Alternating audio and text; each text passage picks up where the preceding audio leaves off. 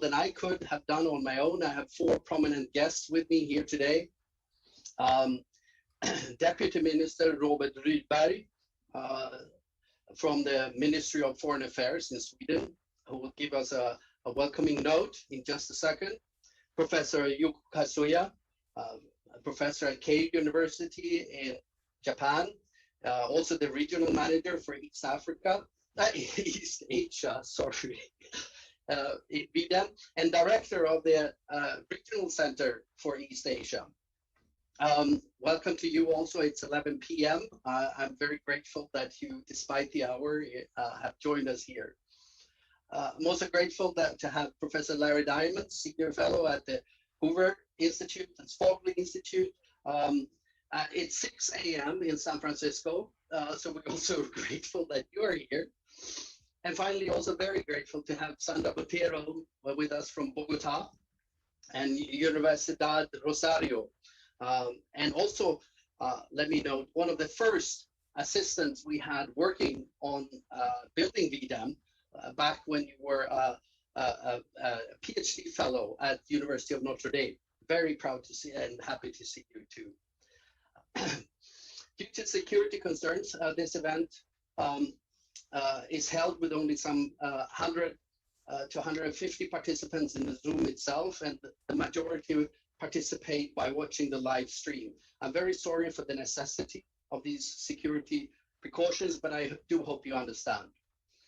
Participants here in the Zoom, you can ask questions whenever you want, write them in the Q&A function, not the chat, the Q&A, please. And we'll pick them up in the latter half of this event. I will ask the Deputy Minister to take the floor in just a second.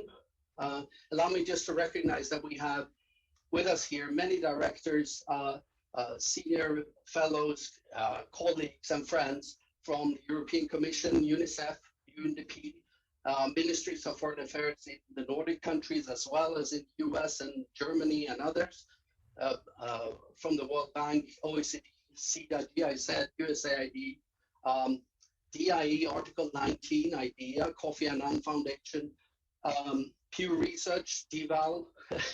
I can go down the line. You're many and you're all welcome. Also, colleagues from universities across the world, from Harvard to Heidelberg, Aarhus and Poland, and our colleague PIs, RMs, and country coordinators. Now, Deputy Minister or State Secretary for Foreign Affairs, Robert Rydberg, please. Thank you very much. Dear friends, it's a great pleasure to be here with you today.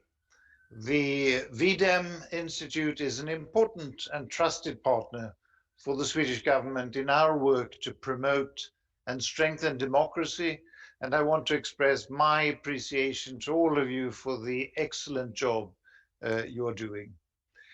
We are here, of course, today to launch with you the 5th annual democracy report, a report that states that the level of democracy enjoyed globally in 2020 is down to levels last found around 1990. This is a clear testimony to a troubling trend of democratic backsliding. And the research that you continue to monitor these trends is of vast importance. In 2019, Sweden launched its foreign policy initiative, Drive for Democracy. One of the reasons behind this initiative were the many reports we received from institutes like yours that demonstrated the troubling global trend. We felt there was an urgent need to act in order to turn this trend around. In the Drive for Democracy, we aim to establish a counter-narrative to the global democratic backsliding and the undermining of human rights. The ambition is to engage a broad range of actors and to stimulate a debate on the state of democracy today and what we need to do collectively to keep it strong also tomorrow. It's a key focus for the Swedish government, and it covers all areas of our foreign policy, including trade, development cooperation, security policy, and foreign affairs. We try to provide support where democracy can grow, including through our increased democracy assistance. We stand up for democracy defenders and institutions, bilaterally and multilaterally, and we express criticism when democracy is eroded and when human rights and the rule of law is not respected. As part of the drive for democracy, Swedish embassies around the world have hosted some 600 activities and democracy talks engaging 1.7 million individuals, from grassroots organizations to government representatives, in inclusive and solutions-oriented discussions about challenges to democracy facing their communities. This coming autumn, we are planning a larger democracy talk event in Sweden, where several of the participants in democracy talks around the world will participate and share experiences and lessons. Data in your report on the increased threat to freedom of expression and the media is particularly concerning, as is the data on the increased repression of civil society. A salient observation in your study is that autocratization typically follows a similar pattern. Ruling governments first attack the media and civil society and polarize societies by disrespecting opponents and spreading false information, only to then undermine formal institutions.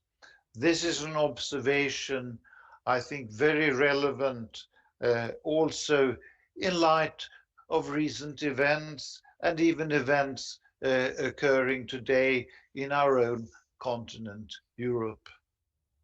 Action to support civil society, strengthen the role of political parties, and ensuring the right to freedom of expression, opinion, and information online as well as offline is critical.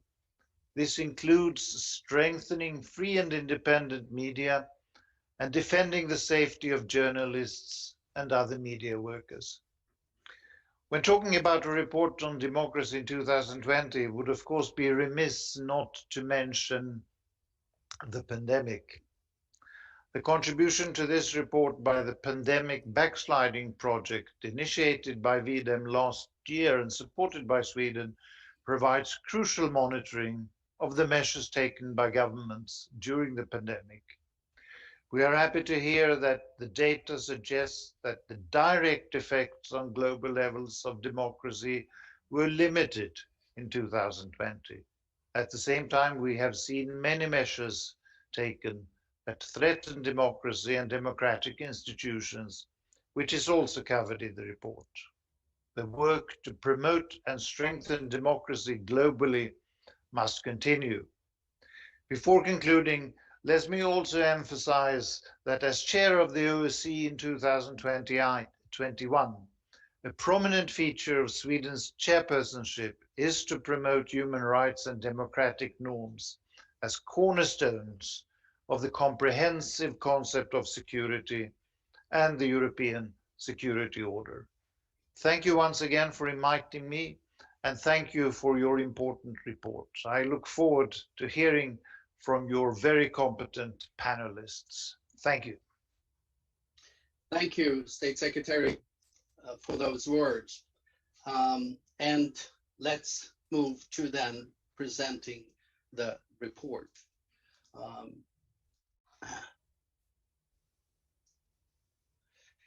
Here, this year's report we titled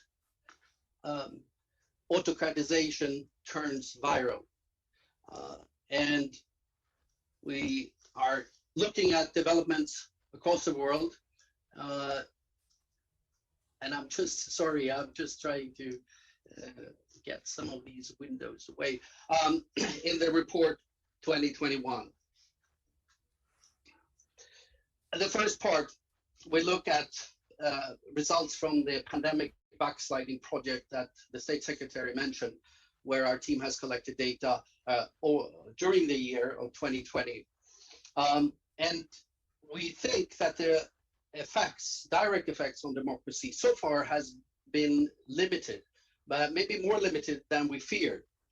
Most democracies have acted responsibly, even if there are some that have broken international norms. Breaking international norms have been much more prevalent among autocracies in the world, 55 of them engaging in major or moderate violations. And it's also particularly disconcerting and worrying that 1/3 of all countries have had or still have emergency measures without time limit, because we know from research that those tend to stay for much longer than the initial purpose was. But overall, so far, not huge direct effects on liberal democracy in the world. But autocratization turns viral.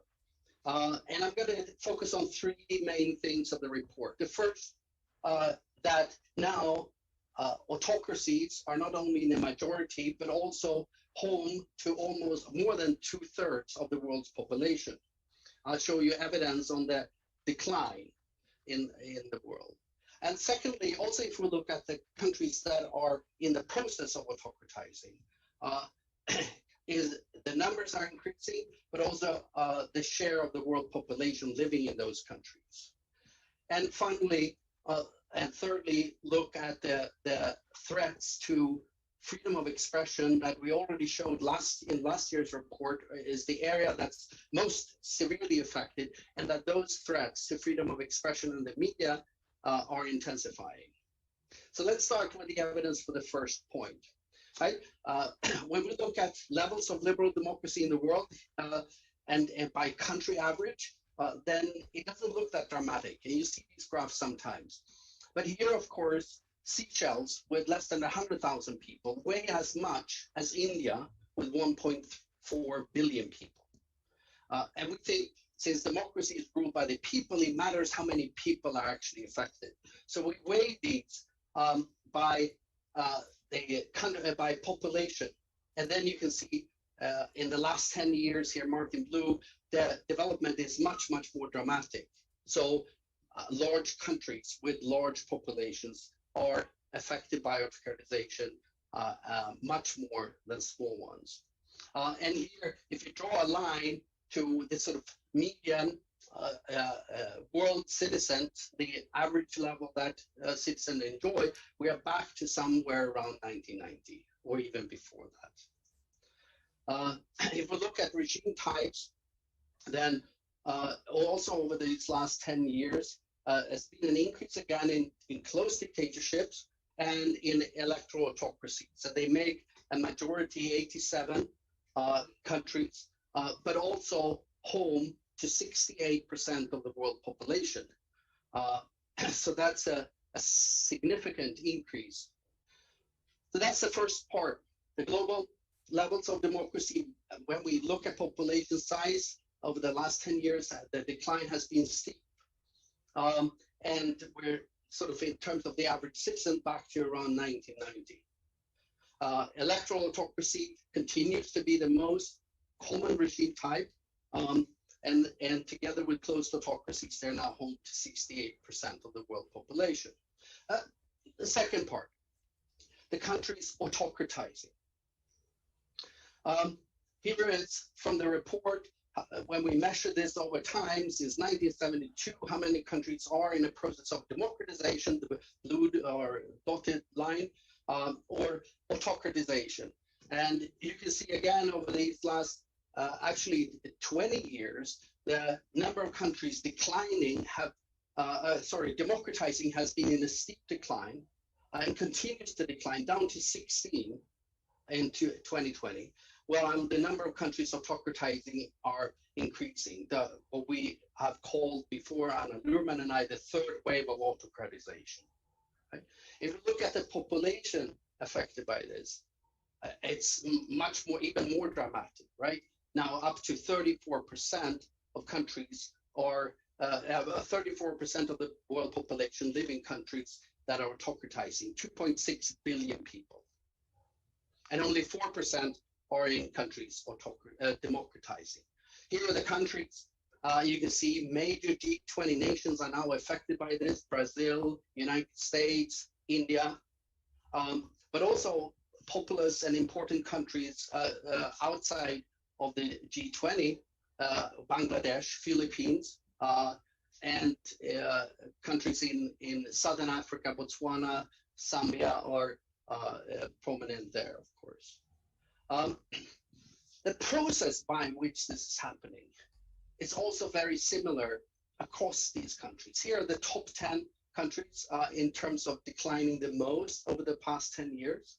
And looking at how they go about the autocratization, it's a very similar pattern across most of those. Attack freedom of expression, academic and cultural freedom, suppress civil society, while engaging in disinformation and polarization by more disrespect of your political opponents. That's what you do if you're a wannabe dictator, before then attacking the more formal institutions of democracy, such as elections. This table, again, the top 10 shows then the gravity of the decline in these countries in terms of the numbers. 3 of them are new on this top 10 list since last year: Benin, Mauritius, Bolivia. They were not there last year. And we have India. And India turning now, according to us, into an electoral autocracy. The world lost its largest democracy, which we think is significant. Therefore, take an extra look at, this is the liberal democracy index for India compared to some of its neighbors. And you can see the steepness of the decline since around 2014 and how far it's gone. It's also affecting many of the indicators in the liberal democracy index. Here is the change on a number of them. And most of these indicators run from 0 to 4. So a decline by 1.5 or 2 is enormous. Even a 1.0 change is high. You can see all these indicators that belong to the freedom of expression, but also some lately now on the clean elections index, and of course the freedom of association. There are some good news, of course. We have the top countries that are top 10 in terms of democratizing, and several of them also became democracies over the past 10 years. But these are relatively small countries with small populations and little global influence, I would say. And it's also worrying that at least four of these top 10 are now in some kind of trouble. In Armenia, with the military getting involved. Myanmar, of course, had a coup, so they're gone from this list next year, probably. And Georgia is also facing some issues now, and increasing protests in Tunisia. So even on the good news, there are some worrying things. But overall, this is sort of the second part. We have autocratization affecting big important states in the world. They follow often a very similar pattern. And the democratization taking place is mostly in small countries. Third point, the freedom of expression. Right? So here is a type of graph we use a lot, sort of the number of countries increasing or declining on different components of democracy. Worst of all, freedom of expression, declining in 32 countries and improving in only 12. This 32 used to be 19 only 3 years ago for freedom of expression. And if we look at the top 20 indicators, and above the line, the top 10 that decline the most, they are almost the top 10, 8 out of those 10 are freedom of expression indicators. Right?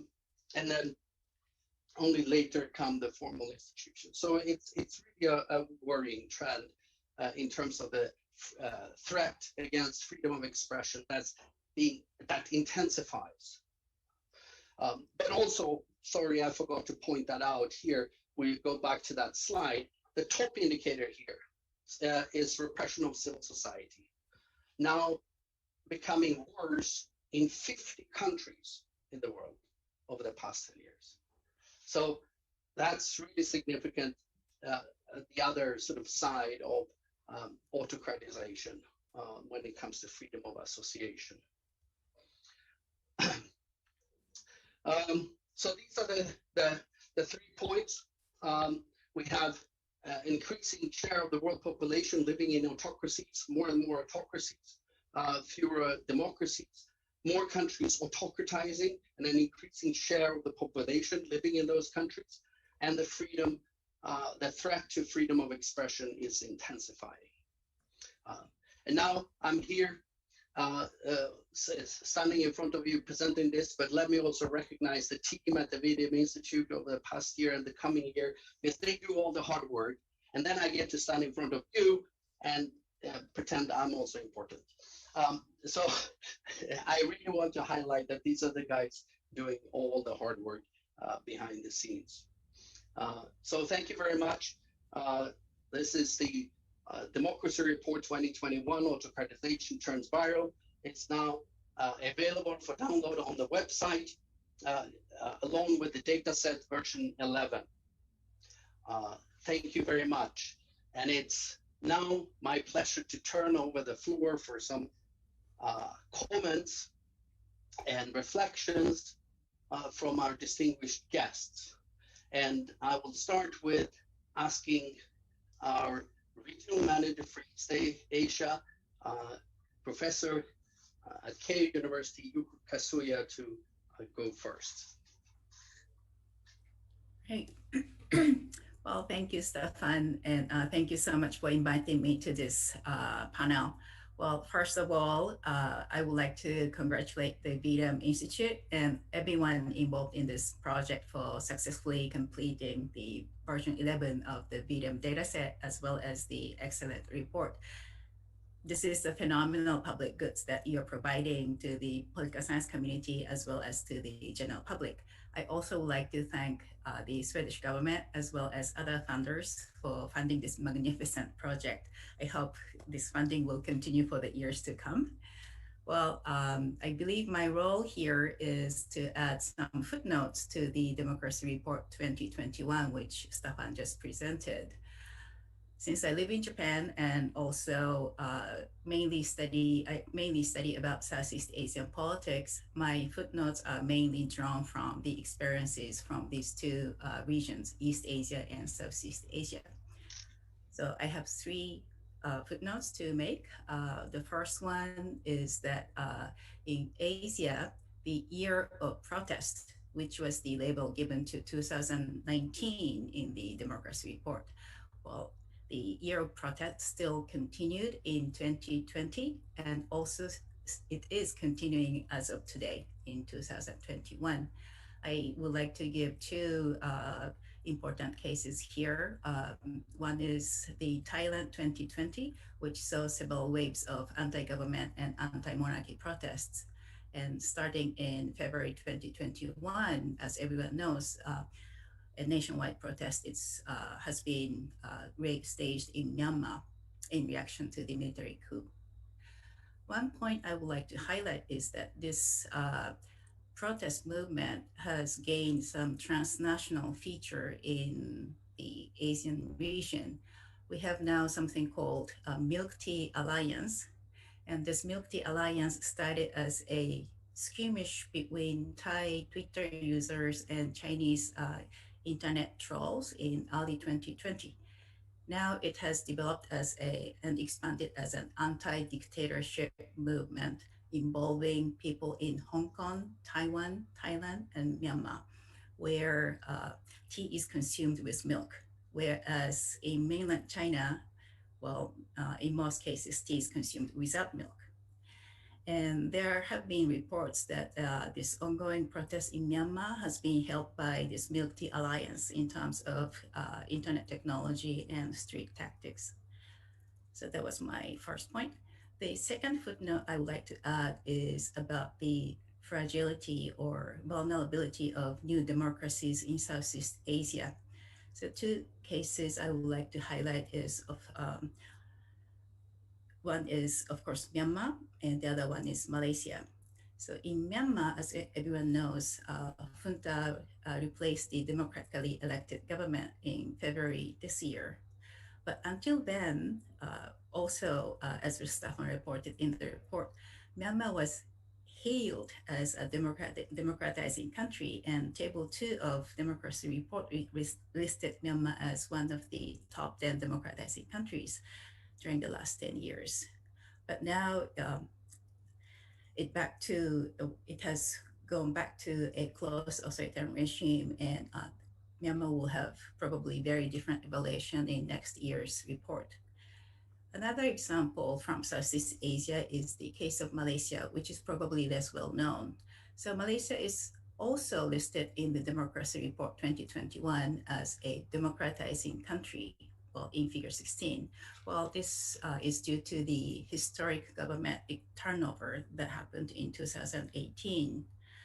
But the new government coalition collapsed in 2020. And just to make a long story short, 2 months ago, Prime Minister Muhyiddin declared the state of emergency, which accompanied the suspension of parliamentary sessions and elections until August this year. So these two cases are very recent but important examples of showing how fragile new democracies are and how difficult it is to consolidate democracy after transition. The third footnote I would like to add is about my own country, Japan. So in the Democracy Report, it says Japan is one of the countries that have the highest level of liberal democracy, quote unquote. However, in figure 16, well, it also shows that Japan's liberal democracy index has declined from around 0.8 to 0.73 over the last 10 years. I'm not going into details why this evaluation come about, but the point I would like to make is that this amount of backsliding may be small in compared to countries like India or Brazil or United States, but still for those who live in those countries, this decline is very substantial and substantive. And actually, Japan is not alone. Well, countries like Germany, Chile, Spain, Australia, to name a few, these countries' democracy level also slightly backslided over the 10 years. And I would think these small backsliders also deserve close attention and deserve analysis by political scientists in the future. All right, well, these are my 3 footnotes, and I would like to congratulate again for everyone involved in the V-Dem project for this wonderful project. Thank you so much. Thank you, Yuko, Professor Kasuya. And let me then ask Larry Diamond. We go from 11:30 p.m. in Tokyo to 6:30 a.m. in San Francisco. Thrilled to hear your thoughts, Larry. Great. Thank you so much, Staffan. And I would like to echo the gratitude that Yuko expressed, not only to the remarkable staff of V-Dem and yourself, of course, Staffan, but to the Swedish government for not only its support of this project, but its leadership role as a very small country in supporting democracy and human rights around the world. I really can't emphasize enough when you look at this data how important that is. I don't need to go into detail on some of what I was going to say because Staffan has expressed it so well, and Yuko made some of the points I would have made about Myanmar and Malaysia.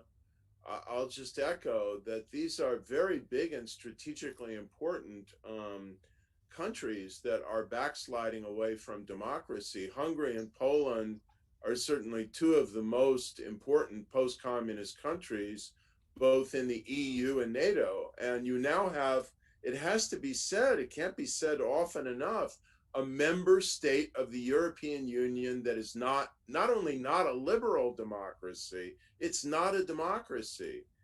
And Poland is, I think the assessment is right, a democracy, but the slide away from liberal values has been very striking. Look at the Philippines, a country of 100 million people in Southeast Asia with long-standing, well before Thailand became a democracy, and then lost it repeatedly, a democracy that has become a very repressive state and a violent one under Rodrigo Duterte. And then you have India. Let me say what I've already said to Staffan, so I'm not blindsiding him. First of all, I give V-Dem a lot of credit for calling out this slide in India earlier and more forthrightly than any other international ratings agency, if I can say. I think, and a lot of the Indian political scientists I'm interacting with privately think, India probably still falls on this democratic side of electoral democracy. And I say that because if you look at the electoral democracy rating, even though it's lost a lot of ground, it's still close to where Poland and Brazil are on this side. But I think you can argue it either way.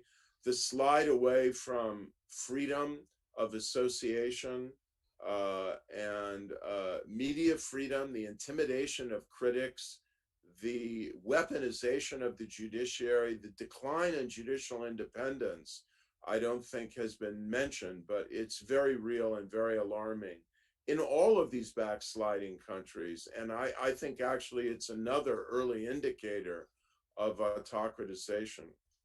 As Yuko said, the countries that are listed as democratizing, I'll now generalize the point, have experienced more tentative and reversible gains than the countries that have been declining have experienced declines. And beyond what she said about Myanmar and Malaysia, I would like to say that the depiction of South Korea here does not match what many South Korean political scientists I am interacting with are detecting in terms of serious problems of both political polarization, an intolerant attitude at the top of the South Korean government, and a decline in the independence of the judiciary. And I would highly recommend to you the article of my South Korean colleague who heads the Korean Studies program, long resident as professor of sociology at Stanford University, Gi-wook Shin,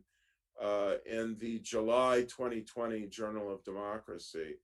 And let me also say, and then I'll move on, the Rajapaksas are back in power in Sri Lanka. This is the family that nepotistically drove, levels of governance and the existence of democracy deep into the ditch in Sri Lanka. And I think they're going to do it now with a zeal and savvy that will exceed what they did in earlier years. So Sri Lanka is going to be a very important country to watch. In Africa, hasn't been mentioned yet, I would note that if you look a decade or 15 years ago, you would have seen 4 pretty liberal democracies in Africa: Mauritius, South Africa, Ghana, and Benin, and maybe Botswana if you ignore the fact that it's never had electoral alternation. All 5 of these countries are in decline now. The decline in Mauritius, it's a small country, but it's always been the most liberal democracy in Africa, is really shocking.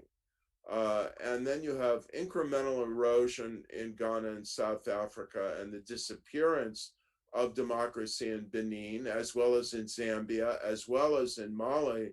And again, taking a small issue with the report, I would argue in Senegal, because if you ask, can the people choose and replace their leaders in a free and fair election, and the president arrests and jails his 2 principal opposition leaders in advance of the presidential election, as Macky Sall did a couple years ago, I don't see how you can call that democracy. Why is this happening? I want to offer in conclusion 8 reasons.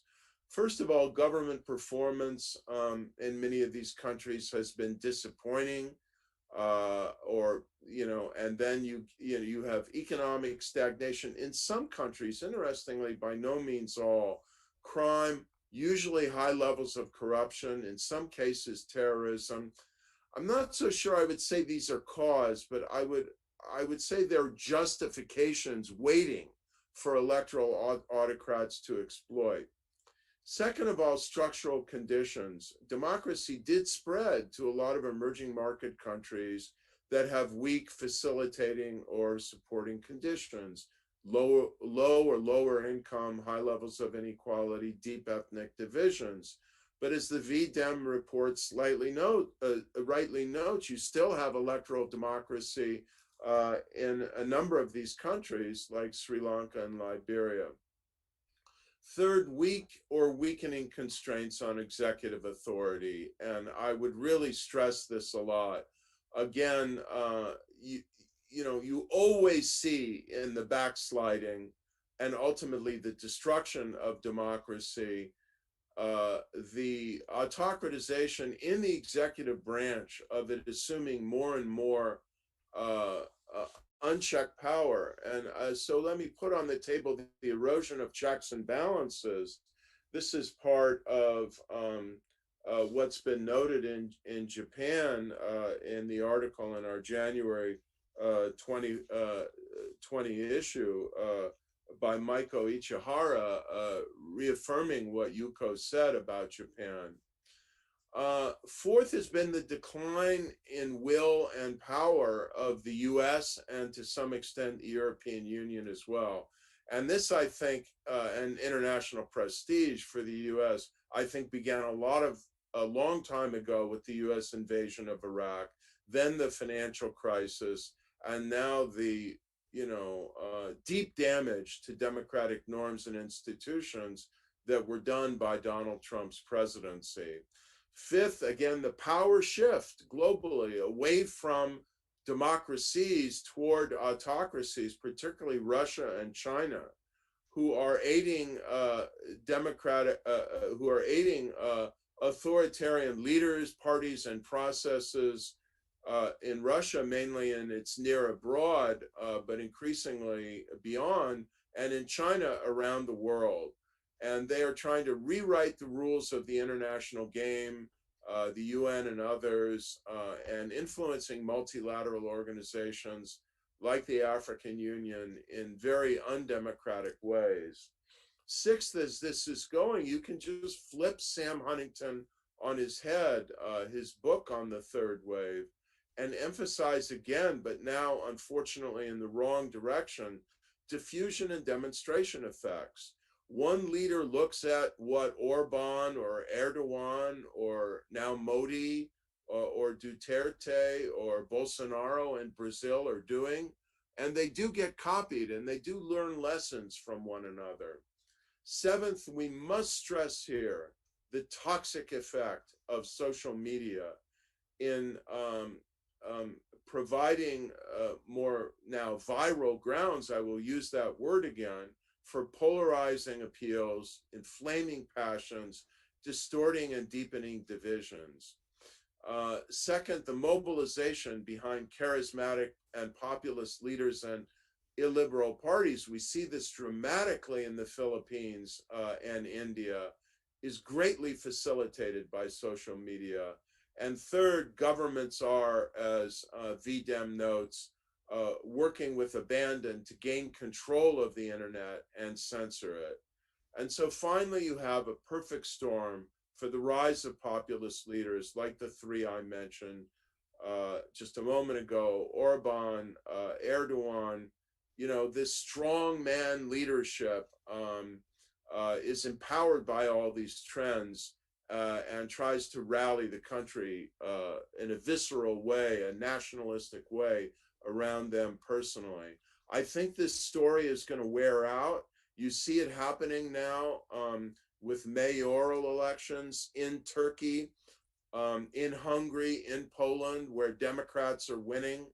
but it's going to be a protracted struggle. Thank you, Staffan. Oh, thank you, Larry, for those comments. I think many issues here we can and will pick up on in the roundtable, and I see it also gels with some of the questions that are already being asked in the Q&A.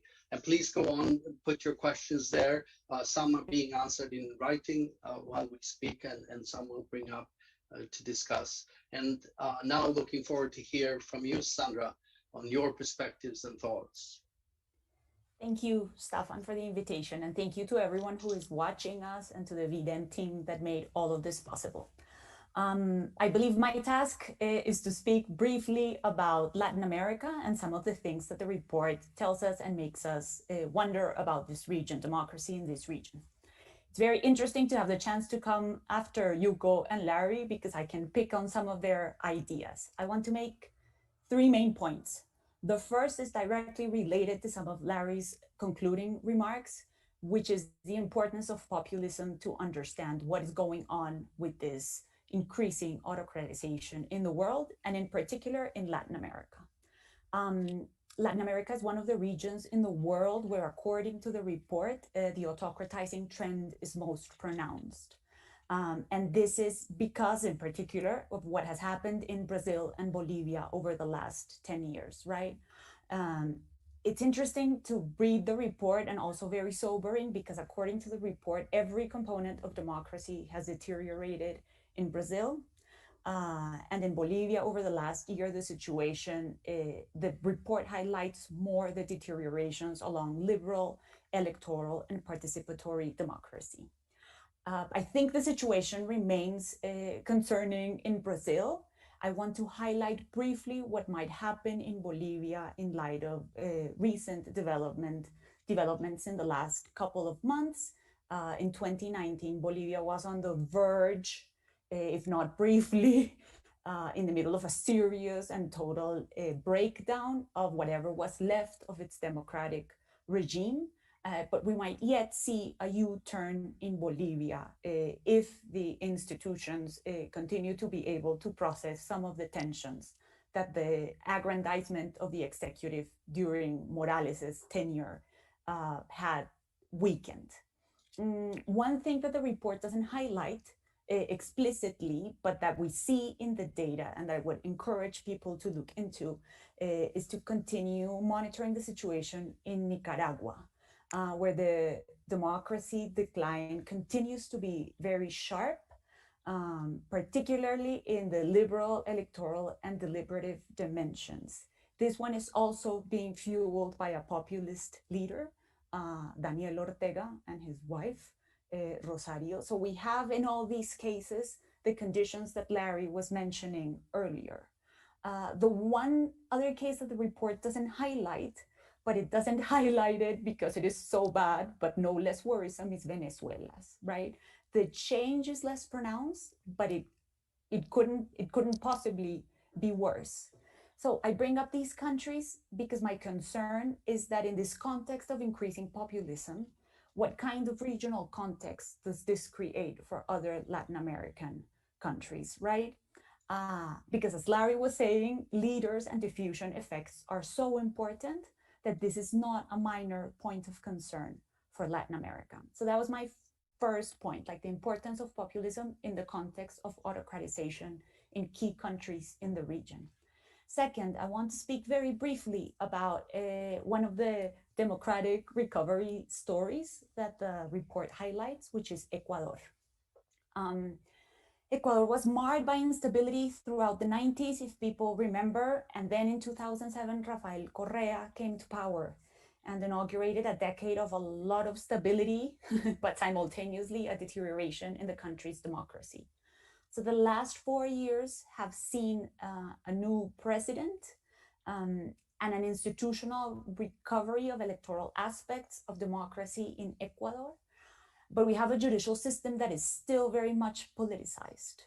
And if Correa used it before, it is still being used by the new government. And we're in the middle of an extremely consequential presidential election that can see Correa's heir being elected, or a more right-wing candidate, Correa's heir being Arauz, and a more right-wing candidate in the form of Lasso.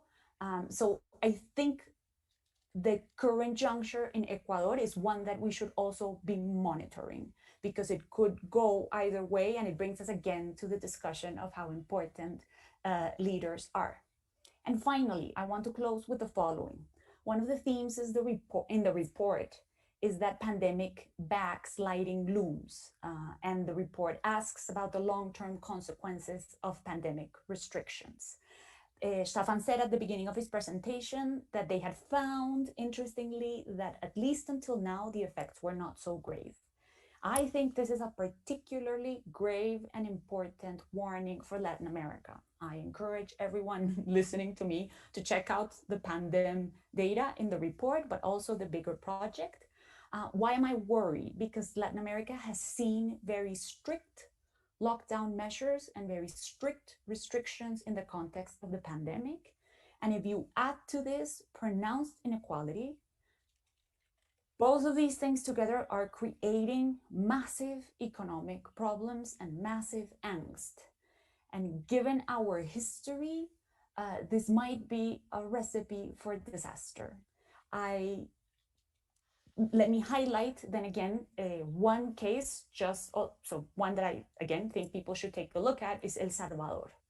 The report does not highlight particular areas of concern in El Salvador for democracy, but we know that perhaps El Salvador is a textbook example of restrictions violations that were so egregious, where people could be detained for violating lockdowns in the most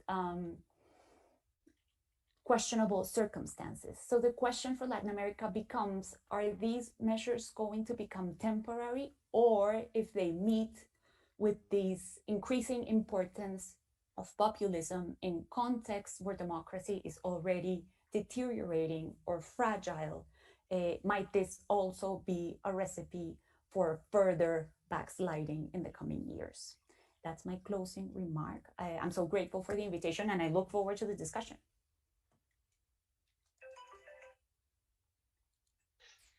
Thank you, Sandra. Let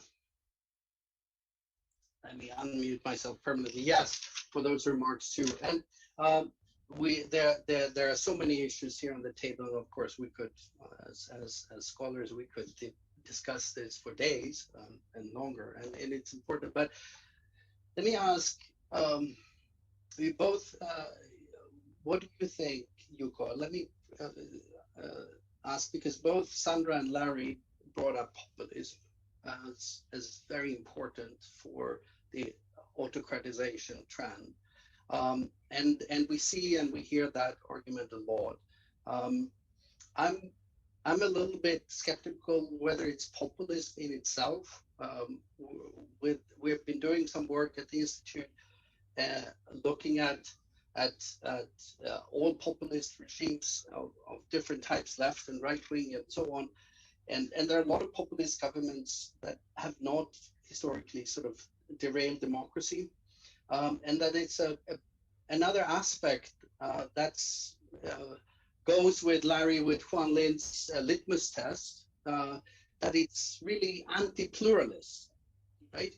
They are anti-pluralists. They are populists who are anti-pluralists, and that's the dangerous thing. It could be more sort of real democratic populists. But what's your perspective on this? Also, with sort of looking at Southeast Asia in particular, perhaps. Right. Well, thanks, Staffan, for that question. That was the point that particularly struck me while I was listening to Larry and Sandra as well. So let me give you an example of President Duterte of the Philippines. So he's known to be a right-wing populist or authoritarian populist. And he is, probably one of the archetype of anti-pluralist populist, as you were saying, Staffan. And let me note two things. One, puzzling thing is that he is very popular. And the survey results, which was released last year, September, showed his approval rating was 91% in the midst of pandemic and economic downturn. And so this is very puzzling that he has been attacking media, judiciary, and so forth. And well, if I could mention my ongoing research about this puzzle, well, I did some experimental research trying to understand to what extent people are really supporting President Duterte. And my initial results show that about 20 to 30% of people are actually falsifying their preferences. Or actually, they are not supporting the president, but they say, oh, they support in the surveys. So, well, what happens as a consequence is that this type of results, survey results, showing that he has massive support from the population would give him the legitimacy to continue what he has been doing, including the so-called extrajudicial killings and red tagging of, or the, well, the killing the activists who are suspected as communists. And so we might, well, as political scientists, we might question or we might scrutinize these popularity of populist leaders. That's one thing. The second thing I would like to add to what Sandra and Raleigh already mentioned about is the diffusion of populist style or authoritarian populist style. So one example comes from Southeast Asia, and I understand that President Duterte's war on drugs has been emulated by Indonesian President Jokowi to some extent. And so I do see some examples of diffusion of authoritarian populist, well, in this case, authoritarian style of governance. Maybe that's over to you. Yeah. What do you, Larry and Sandra, is it always, is populist sort of anti-elitism? Is it always that's important, or is it that they are populists maybe, but really pursuing an anti-liberal, if you like, or an anti-pluralist agenda? I can say something briefly, and then Larry, I'm sure, can shed even more light on this topic. I am certain that if we look at this over time with a very broad, rough measure of populism, I can see why this would not always lead to an erosion of democracy. My particular concern in our present juncture is the combination of factors, right? So you have an international scenario, you have right-wing agendas, a lot of economic angst, and in countries in Latin America, like I was saying, this heightened economic crisis looming. So my sense, when I speak about this populist threat, I don't speak about it as a variable that is constant throughout history, but one that is particularly important in this present juncture. And one of the things that struck me from what Larry said, because I had been thinking about it when I was reading the report too, is the importance of certain leaders. So in Latin America, you have countries looking at Brazil, you have countries looking at the US, and these things happening. So that's kind of what I'm interested in at this particular juncture. Larry, what are you thinking of? Well, I'd like to make 2 points, one about populism and the other about values, which I think are very important in understanding what's happening in the Philippines now. I think you are right, Staffan, that populism becomes dangerous to the extent that it is anti-pluralist, that it thinks any difference of opinion or opposition to the movement of the people that the populist leader embodies is illegitimate and really can't be tolerated. And it's that that argument about illegitimacy, that anti-pluralism that drives virtually everything you are finding in your annual surveys. The war on civil society, the war on religious minorities that Narendra Modi is waging now, the war on the rights of the accused who haven't even been charged judicially in the Philippines before they're murdered on the streets by death squads, the arrest of intellectuals, the intimidation even of overseas critics, Paul Kagame marching around the world with his death squads, kidnapping and assassinating his opponents. All of this, I think, stems from anti-pluralism. But not all the leaders of the world, of course, look at the military leaders in Thailand and Burma, can be said to be populist. I want to say something about what I think is, in some ways, anticipating and underlying the democratic erosion in the Philippines, and if I may say, a more modest erosion in Mongolia, which you also note, but I think there's a similar trend that we find from the Asia Barometer data that I'll just briefly note. If you look at what was happening to public opinion, not support for Duterte personally, I think Yuko's point there is very interesting, but support for democracy versus authoritarianism, you see over the 5 rounds of the Asian Barometer's survey, steadily the Philippines and also Mongolia declining toward more and more illiberal values. And in the Philippines, average levels of support for authoritarian values, we have a number of statements that we put before people, rising to 64% a few years ago. And even on a statement as simple and straightforward as whether leaders should be elected by the people, the support for that fell from 68% to 50% between 2010 and 2018, for reasons that I think that present a puzzle, frankly, that I think need closer scrutiny. There has been a hemorrhaging of popular support for and commitment to democracy and democratic values in the Philippines. And maybe we will find as we go on that, that this is happening elsewhere as well. There isn't, I want to say, there is not a strong trend. There's a mild trend, but not a strong trend in this direction in Africa. And for some reason,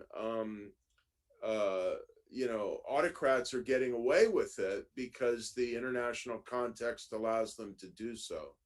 Mm. Yeah, and that ties into what you also said about the weakening commitment by the US, at least under the Trump administration. We hope it is turning around now, and the signs are there. And the EU, and my sense is also that the EU, many countries have gotten worried over the past few years, and there's a renewed resurgence in commitment to also a value-based approach to support democracy, both, as you point out, it's needed within the Union, towards Hungary and Poland in particular, but also the area close to the EU and far beyond. Right?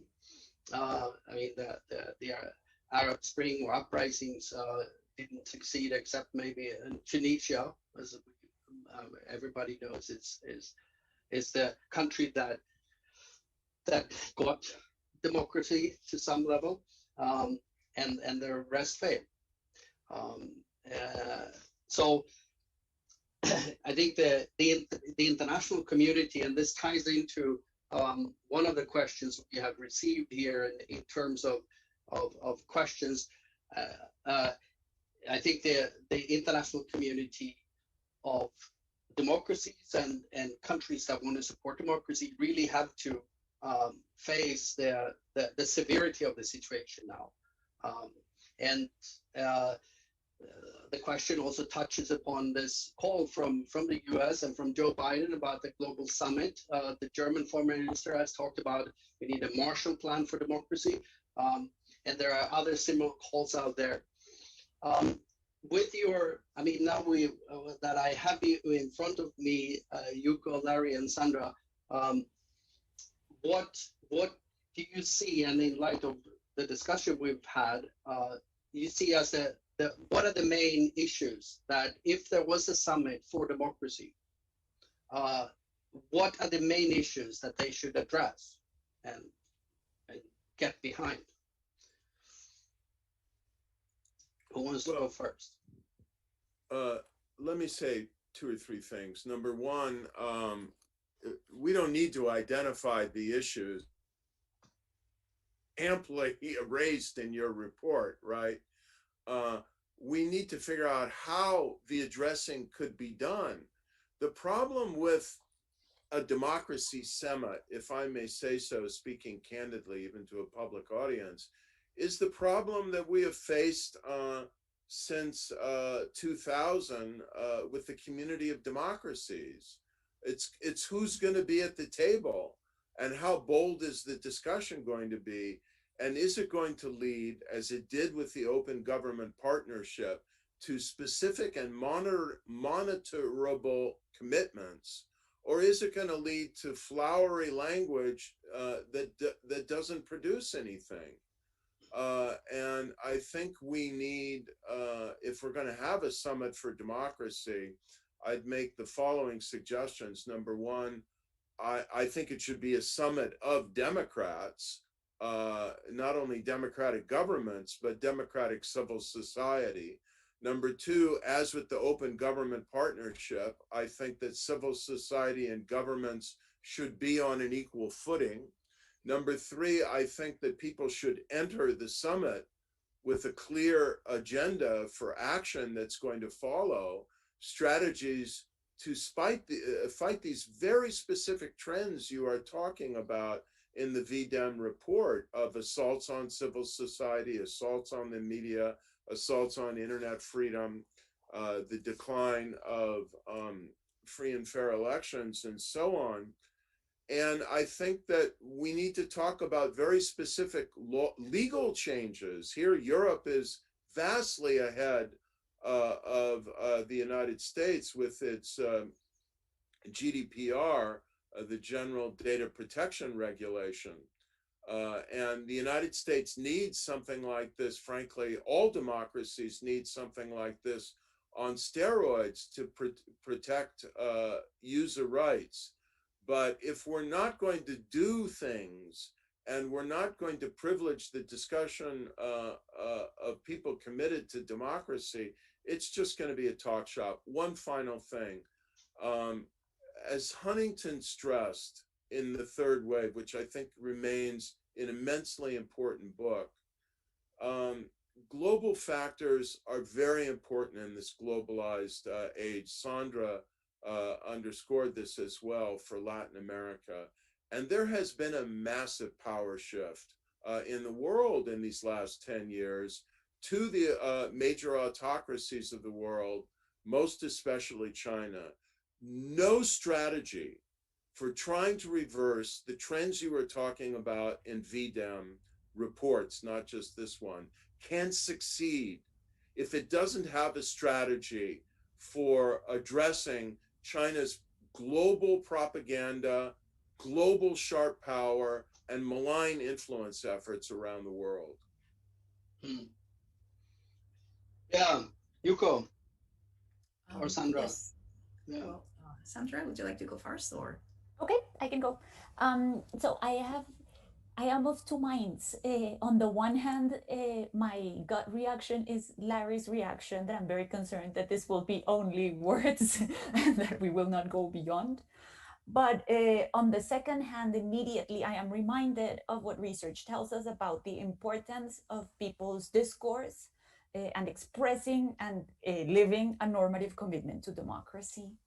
And I see it in Latin America, where the deterioration of democracy has been so detrimental for discussion, for regional discussions about regime. So while I worry that it will only be words, I hope that it happens in some form, shape, or form. And I would highlight, I think, that we need to have a serious discussion, a very serious discussion about social media and disinformation.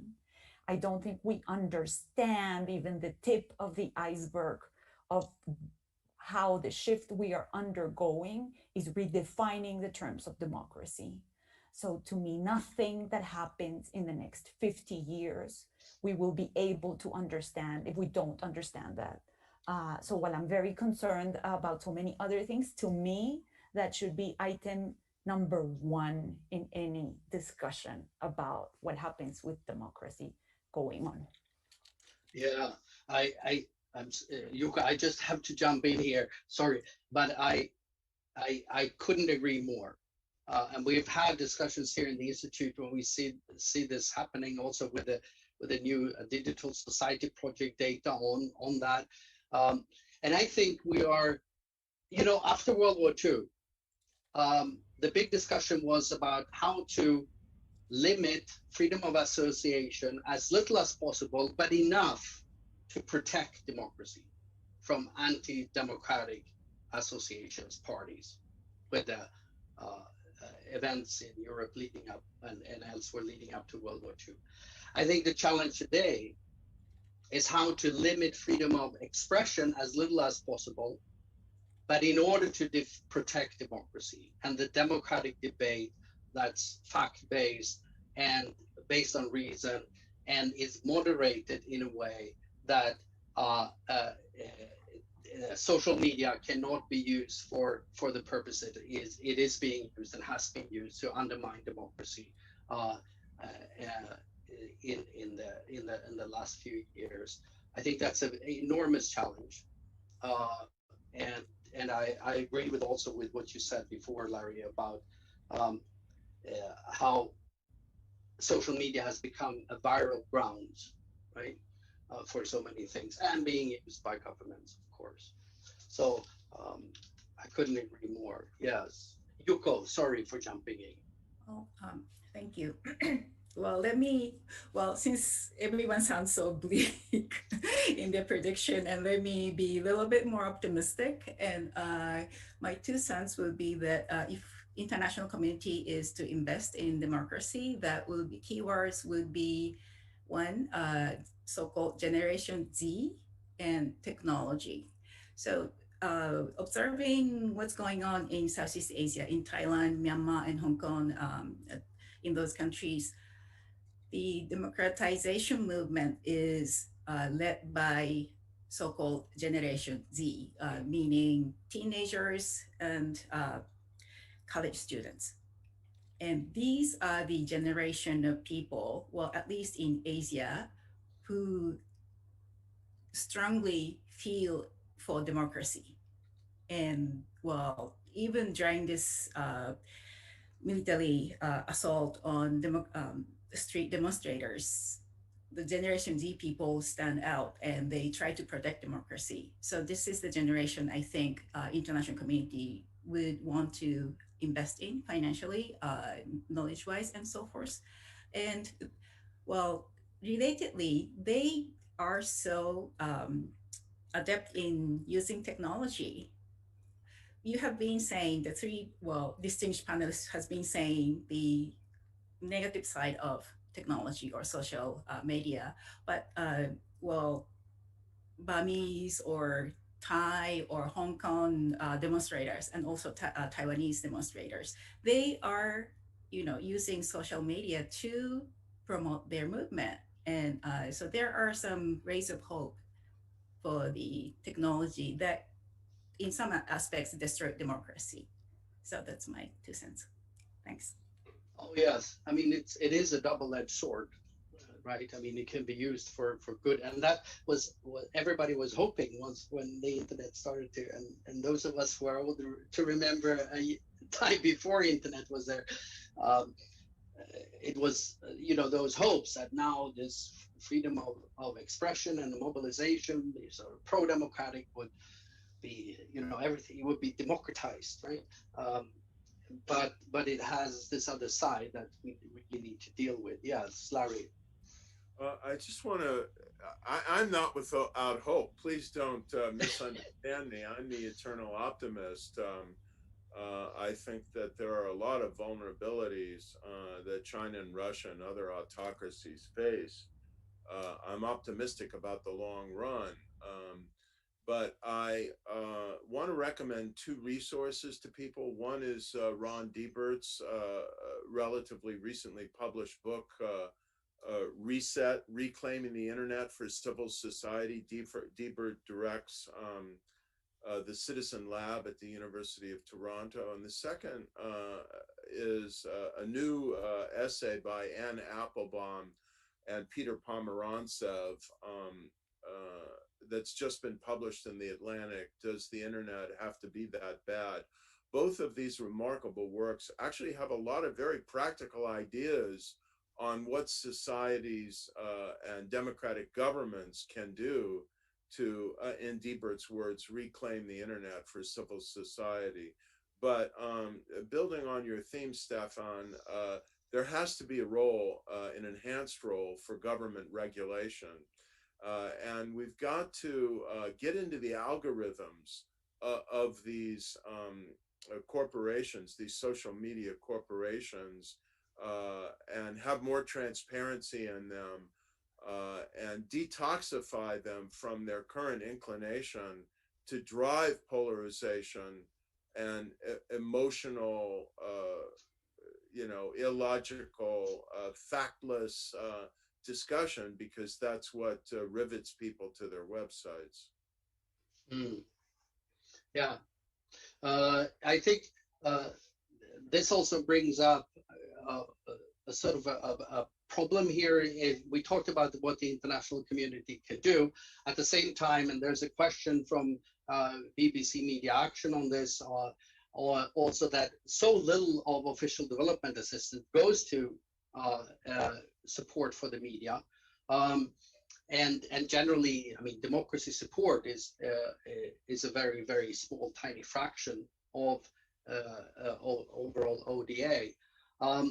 But if freedom of expression in general is where autocratizers put in a lot of effort, at least to put it that way, and do it early. It's part of the early stages typically.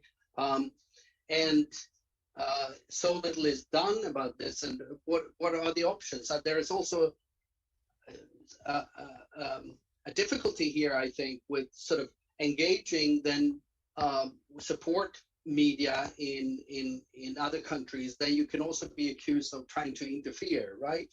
And that those media then are foreign agents and whatever they are called. Right? If you'll permit me, I'll offer a suggestion. I think that a lot of these emerging, particularly online media, are the hope of the future to challenge censorship and dictatorship. But they don't have, and they may not have for some time, if ever, a really viable business model. Frankly, they need someone like Jeff Bezos, what he did to the Washington Post, to come along and save it and basically, at least for some period of time, subsidized it. And I think the EU, the US, Canada, Australia, hopefully Japan, they could create an international media trust governed the way some other democratic international consortia are, like International IDEA, and really put hundreds of millions of dollars into it and just subsidize these things. And if it's multilateral, I love the BBC Trust and I love the BBC, but any bilateral effort is going to be suspect. If you've got 10 democracies financing this with an independent board, I think there's a healthy layer of insulation there.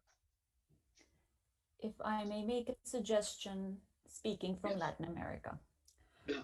So while I think this discussion about freedom of expression and media is really important, I worry, being here, that sometimes our discussions are made thinking about the frameworks in the US and in Europe. So I really think that if support wants to be made, it needs to be made to organizations on the ground here. I like Larry's point about the independent internet media, because I think those ecosystems are really powerful, but they need help. So I agree with Larry. But so I would like that help and those solutions to be organic and grounded in our realities in Southeast Asia, in Latin America, and less thought of in terms of the legal frameworks of Europe and the US. Because we still have internet access problems, you know, here in, so people's access to that type of information is limited. So you need to support those media, and you also need to support the civil society organizations that are thinking about solutions and legal frameworks in Latin American countries and in India and in Southeast Asia. So let's just please think about that as well. Yeah, very important. I was also thinking along those lines. It's easy for us to end up speaking about Europe and the US, and maybe hopefully sometimes be able to have the support and inclusion of Japan. That's the government is not always willing to be acting forcefully for democracy around the world. But it also worries me that in the global south, if I use that expression, right, we now see the decline in democracy in so many places there too, that we are losing strong leaders, that countries that could be strong leaders in promoting democracy, together with countries in Europe and the US. I mean, now with India, obviously, it's an enormous loss not to have the world's largest democracy on that side. And you mentioned some of the declines, Larry, in Africa too, and not the least South Africa, of course, but Brazil, right, major player, of course. So that the pool of sort of pro-democratic governments around the world, and important potential allies for democracy support, or I like this term, democracy protection. I heard it first in a seminar last year, that we need, I think it was Julia Leininger from DIE said that we don't need democracy support anymore, we need democracy protection. But the way the world is changing, that's becoming harder and harder to find those broad alliances, of course. But tying into another question here, and hear your thoughts on that. Both, there's one question on whether this backsliding trend is part of a wider backlash against West-led globalization. That's not my perception of things. And tying to that, it's rather sort of what we have talked about here before, leaders who manage to come into power sometimes or relatively often by relatively democratic elections in a very relatively democratic situation, and then start undermining democracy because they have an anti-pluralist agenda, maybe drawing on populist movements and attack freedom of expression and civil society, and maybe, as you spoke about, Larry, also the constraints on the executive, this trend of executive aggrandizement. Sandra also mentioned, I think Nancy Bermeo wrote about that. But we put forward in this report sort of that we see one dominant pattern of sort of how the sequencing is done here. You pointed to both Yuko and Larry that we also have the cases, a few, of military coups. That's a different sort of ball game, if you like. But do you see other modes, other sequences by which this is done? I see very much one dominant pattern, and that also that pattern diffuses, as you said, Larry, or they learn from each other. as Sandra was talking about? Or do you see other distinct modes or sequences of autocratization in the world now? Well, I would say they're variations on a theme. What we know is that what the Thai military have done repeatedly, and what the Burmese military did, even though they didn't displace a democracy, but a more open and competitive system than anything the Burmese military will want. It's not, the military coups are not the main method anymore. And even in Indira Gandhi style declaration of emergency, or a Fujimori style autogolpe, it's just not the way it generally happens now. It's more incremental, it's more insidious, it's more in the personality of a populist leader and party. This tends to be the vehicle now, but it moves at different paces. It moves very rapidly in some countries and very incrementally in others. It gets stopped as a result, or arrested at a certain level as a result of the strength of institutions. So, I mean, institutions, of course, proved to be stronger in the US, so the authoritarian trend was arrested, at least temporarily. We'll have to see what happens. And Poland, as you note, Staffan, it stopped short of the extinction of democracy, but I think that's probably the goal of the Law and Justice Party, even if they won't admit it to themselves, much less the world. I do think that one of the things we Democrats, analytically and politically, should be asking is how you fight back against populism. If you want to really support democracy. And I think there are lessons there. We've published some of them in the Journal of Democracy from Turkey, and what happened with the campaign of radical love that scored these striking electoral victories in the municipal elections in Ankara and Istanbul, again, with the victory of firmly democratically committed mayors in places like Budapest and Prague and so on.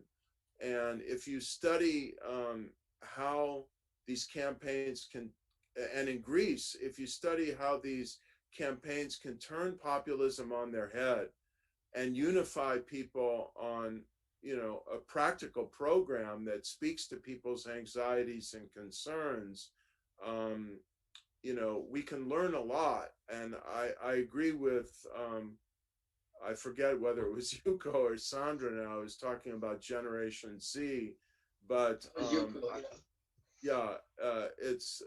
there's a lot of promise in the young generation. Young people tend not to be as organized in a formal sense, so it may be harder to get them money, but we can get them training for sure, and there needs to be a lot of that. Yeah. Yuko or Sandra? Yuko? Great. Well, did you? Oh, I thought you wanted to come in. Sorry. Well, so what I'm going to say is probably not very structured, and I wasn't sure what was your main question, but so maybe let me say two things. One is about the effects of globalization. When we look at the parts of the world located in Asia, actually globalization more or less benefited people, unlike in countries in Europe. Well, it's just a basic trade theory. And so I'm not so sure about attributing the causes of democratic backsliding to globalization, entirely applied to the world. So that's one point. The other point is probably related to my point about globalization. Maybe because I'm comparativist and tend to look at the domestic politics. What I see is the domestic logic of democratic backsliding or autocratization. For example, in the case of Myanmar, well, the military coup cannot be explained by international events or let's say, well, economic degree of economic developments and so forth. It's probably more the domestic political balance that would explain the coup d'etat that happened last month. So my sense is that we do need to look at, well, geopolitical international factors would be important, but we do need to take seriously the domestic political dynamics in each country that we are studying. So these are my 2 points. And Sandra, you have any thoughts on that? Very briefly, I really liked, one of the things that I liked about the report was the brief discussion on the sequencing. So I think that discussion is illuminating for many countries today. But of course, as Yuko says, I mean, making those generalizations sometimes is problematic, and we really need to pay attention to domestic dynamics. What I keep coming back to, I think, is the importance of discussions around what leaders do with the information they have, and the discussions we are having in the public, and how information is circulating, and how much space civil society has to act. So to me, these are the big areas that we should be looking at in the coming years, regardless of whether in one country something moves a little bit faster than on the other. But I encourage the people that are going to check out the report to look at that, because it's an interesting and very useful summary to think through erosion and backsliding dynamics, I think, as a general framework. Thank you. And we have to start wrapping up here. And let me offer apologies to those who have posted answers that we haven't been able to bring up. I think we have touched upon answers to several of them, but we will not be able to do justice to all, and my apologies for that. I think the report that we produce that speak about the empirical trends of what is happening when it comes to democracy, autocracy in the world is naturally only descriptive, and we have been starting here to talk about both where those trends come from and what can be done about it. I think we agree on this panel that we have brought up some of the potential drivers, leaving out many other potential drivers, and also talked about some of the possible ways that the international community can respond. But I think in terms of both drivers and response, I think it's important, and I hear this from your comments, to recognize that the world is increasingly occupied by governments who are enemies of democracy. And it's not only China, and it's not only Russia, and it's increasingly governments like the one in India or Saudi Arabia have not been supportive of democracy, as far as I can tell, since the 1980s, and with lots of influence in many countries, and we can go down the line, and that's going to make the response much more difficult. Also, when we're losing increasing numbers of democracies in the global South. Let me say thank you to the panelists here. Yuko joining us. It's now after midnight, and Larry getting up very early for once and starting at 6 a.m. and Sandra from Bogota, a little more reasonable time for you. And thank you so much for reading the report, engaging with it, and agreeing to be part of this panel, a conversation that will need to continue, of course, both among us as scholars and between us as scholars and the international community and the international organizations, multilaterals, laterals, international and national NGOs. who are concerned about democracy, the future of democracy. And thank everyone who has been on the Zoom and on the live stream out there as well. Apologies again for security precautions. Please, the report is available online at V-Dem.net, also the data set with the newest data. We will also be back from the V-Dem Institute in about 2 weeks' time with a series of webinars in collaboration with the European Commission on the case for democracy, the ways in which democracy has dividends compared to autocracies. And I'm looking forward to continue that conversation as well. Thank you so much. Larry, Sandra, Yuko. Great Thank you. Thank you.